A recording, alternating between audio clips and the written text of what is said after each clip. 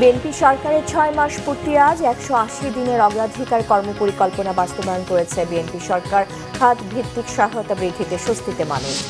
ইরানের সামরিক নীতি আক্রমণাত্মক করার ঘোষণা আইআরজিসির। যুক্তরাষ্ট্রের পাশে না থাকায় দক্ষিণ কোরিয়ার সাথে সামরিক মহড়া কমানোর নির্দেশ ট্রাম্পের। দেখছিলেন সংবাদ শিরোনাম। বিএনপি সরকার দেশের সার্বিক পরিস্থিতি সামাল দিতে এবং নির্বাচনী প্রতিশ্রুতি বাস্তবায়নে 180 দিনের অগ্রাধিকার কর্মপরিকল্পনা বাস্তবায়ন করেছে। এই সময়ে প্রান্তিক ও কম আয়ের পরিবারের জন্য ফ্যামিলি কার্ড, কৃষক কার্ড, কৃষি ঋণ মওকুফ এবং বিভিন্ন পর্যায়ে ভাতা প্রবর্তন ও বাস্তবায়ন করা হয়েছে। দেশব্যাপী নদী ও খাল খনন, পুনঃখননও অব্যাহত রয়েছে। খাতভিত্তিক সহায়তা বাড়িয়ে মানুষের মাঝে ফিরিয়ে দেওয়া হয়েছে স্বস্তি। রিপোর্ট করছেন সেকান্দার রেহমান। চলতি 2026 সালের 12 ফেব্রুয়ারি ত্রয়োদশ জাতীয় সংসদ নির্বাচন অনুষ্ঠিত হয়। নির্বাচনে বাংলাদেশ জাতীয়তাবাদী দল বিএনপি নিরঙ্কুশ সংখ্যাগরিষ্ঠতা পায়। 17 ফেব্রুয়ারি বিএনপি চেয়ারম্যান তারেক রহমান প্রধানমন্ত্রী হিসেবে শপথ নেন এবং তার নেতৃত্বেই সরকার গঠিত হয়। ভোটের কালি মোচনের অনেক আগেই প্রতিটি অগ্রাধিকার ভিত্তিক নির্বাচনী প্রতিশ্রুতি বাস্তবায়নে দ্রুত, দৃশ্যমান ও কার্যকর পদক্ষেপ নেন প্রধানমন্ত্রী তারেক রহমান। তিনি প্রতিটি মন্ত্রণালয়ে বিষয়ভিত্তিক ও খাত নির্ভর 180 দিনের কর্মপরিকল্পনা প্রণয়নের নির্দেশ দেন।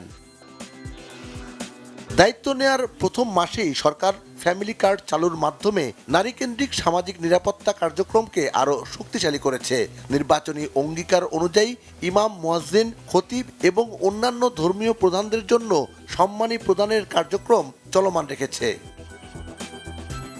ক্ষুদ্র কৃষকদের জন্য 10,000 টাকা পর্যন্ত কৃষি ঋণ সুদসহ মওকুফ করা হয়েছে, যা সরকারের প্রথম ক্যাবিনেট বৈঠকেই সিদ্ধান্ত নেওয়া হয়। কৃষক কার্ড চালুর মাধ্যমে কৃষি ব্যবস্থাপনাকে ডিজিটাল কাঠামোর আওতায় আনা হয়েছে।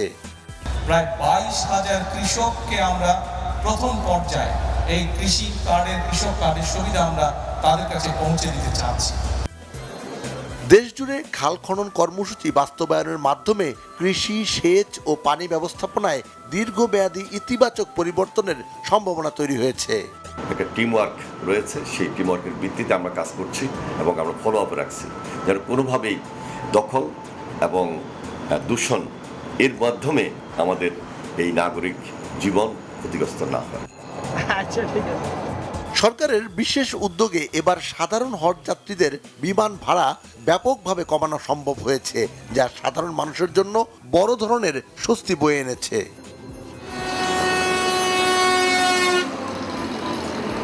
দেশের বাণিজ্য ও যোগাযোগ ব্যবস্থায় নতুন গতি আনতে টেকনাফ থেকে তেঁতুলিয়া পর্যন্ত ইকোনমিক করিডোর বাস্তবায়নের প্রস্তুতি শুরু হয়েছে।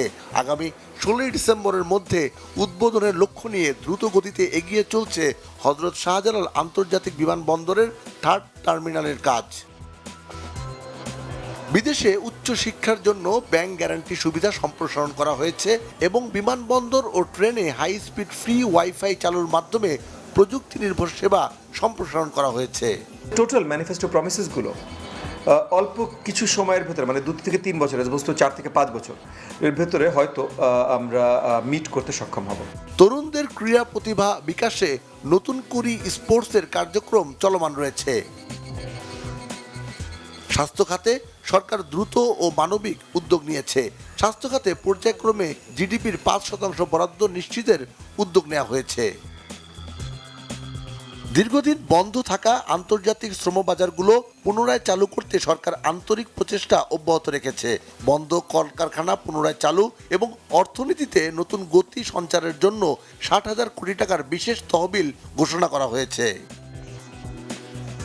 অত্যাধুনিক গ্রাউন্ড মাস্টার 400 রাডার এখন ঢাকা থেকে 650 কিলোমিটার এবং বঙ্গোপসাগরে 833 কিলোমিটার পর্যন্ত আকাশ সীমা অতন্দ্র প্রহরীর মতো দিনরাত নজরদারিতে রাখছে। এর মাধ্যমে গভীর সমুদ্র সীমার ওপর নিয়ন্ত্রণ প্রতিষ্ঠার পাশাপাশি আন্তর্জাতিক ফ্লাইটের ফ্লাইং ওভার চার্জ থেকে উল্লেখযোগ্য রাজস্ব আহরণের সুযোগ তৈরি হয়েছে। বাংলাদেশের ইতিহাসে প্রথমবারের মতো ট্রাফিক ব্যবস্থাপনায় কৃত্রিম বুদ্ধিমত্তা এআই প্রযুক্তির ব্যবহার করা হচ্ছে। রাজধানী ঢাকাকে পরিবেশ বান্ধব ও অত্যাধুনিক মেগাসিটিতে রূপান্তর করতে গ্রিন অ্যান্ড ক্লিন ঢাকা মহাপরিকল্পনা গ্রহণ করা হয়েছে। দেশ জুড়ে 5 বছরে 25 কোটি বৃক্ষরোপণ, ফুটপাত থেকে অবৈধ স্থাপনা উচ্ছেদ করে পথচারীদের চলাচল সহজ করা এবং একই সঙ্গে হকারদের পুনর্বাসনের ব্যবস্থা করা হয়েছে। খাদ্য মন্ত্রণালয়ের খাদ্য বান্ধব কর্মসূচির আওতায় 55 লাখ নিম্ন আয়ের পরিবারকে প্রতি মাসে 15 টাকা কেজি দরে 30 কেজি করে চাল সরবরাহ অব্যাহত রয়েছে। প্রধানমন্ত্রী ঘোষিত দেশের প্রাথমিক পর্যায় থেকে ধারাবাহিক এবং পর্যায়ক্রমে সব শিক্ষার্থীর মাঝে স্কুল ড্রেস, জুতা ও পাটের তৈরি স্কুল ব্যাগ বিতরণ কার্যক্রম সফল করতে একটি নতুন মডেল তৈরি করা হয়েছে। খেলাধুলাকে পেশা হিসেবে প্রতিষ্ঠিত করতে ও জাতীয় দলের খেলোয়াড়দের সম্মান দিয়ে সরকার ক্রীড়া কার্ড কার্যক্রম শুরু করেছে। আগামী 5 বছর জনগণের কল্যাণ অব্যাহত রাখতে প্রান্তিক পর্যায়ে গিয়ে সাধারণ মানুষের কষ্ট লাঘবে উন্নয়ন কর্মসূচি বাস্তবায়ন ও তদারকি করছেন প্রধানমন্ত্রী তারেক রহমান। এই সরকারের দায়িত্ব হচ্ছে এই দেশের মানুষকে দেখে রাখা। সিকান্দার রেমান, বাংলা ভিশন, ঢাকা।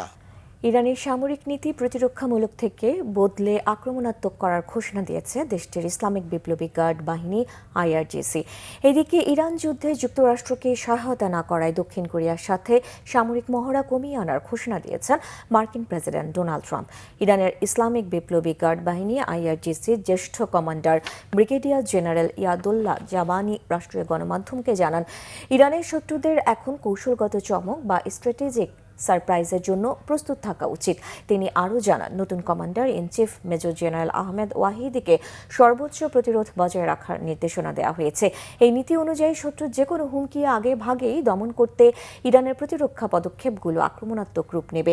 এদিকে মার্কিন প্রেসিডেন্ট ডোনাল্ড ট্রাম্প সামাজিক যোগাযোগ মাধ্যমে দেয়া এক পোস্টে বলেন, ইরানের পরমাণু নিষ্ক্রিয়করণ কর্মসূচিতে অংশ নিতে অস্বীকৃতি জানানোয় মার্কিন প্রতিরক্ষা দপ্তর পেন্টাগনকে দক্ষিণ কোরিয়ার সাথে সামরিক মহড়া কমানোর নির্দেশনা দিয়েছেন তিনি দাবি করেন, এই যৌথ মহড়াগুলো অত্যন্ত ব্যয়বহুল এবং উত্তর কোরিয়ার নেতা কিম জং উনের সাথে তার চমৎকার সম্পর্কের জায়গায় এটি অপ্রয়োজনীয় ও শত্রুতাপূর্ণ বার্তা পাঠায়। এই ছিল এখনকার মতো। পরের সংবাদ বেলা 2টায়, এর আগে একটাই রয়েছে নিউজ টপ 10 দেখার আমন্ত্রণ রইল।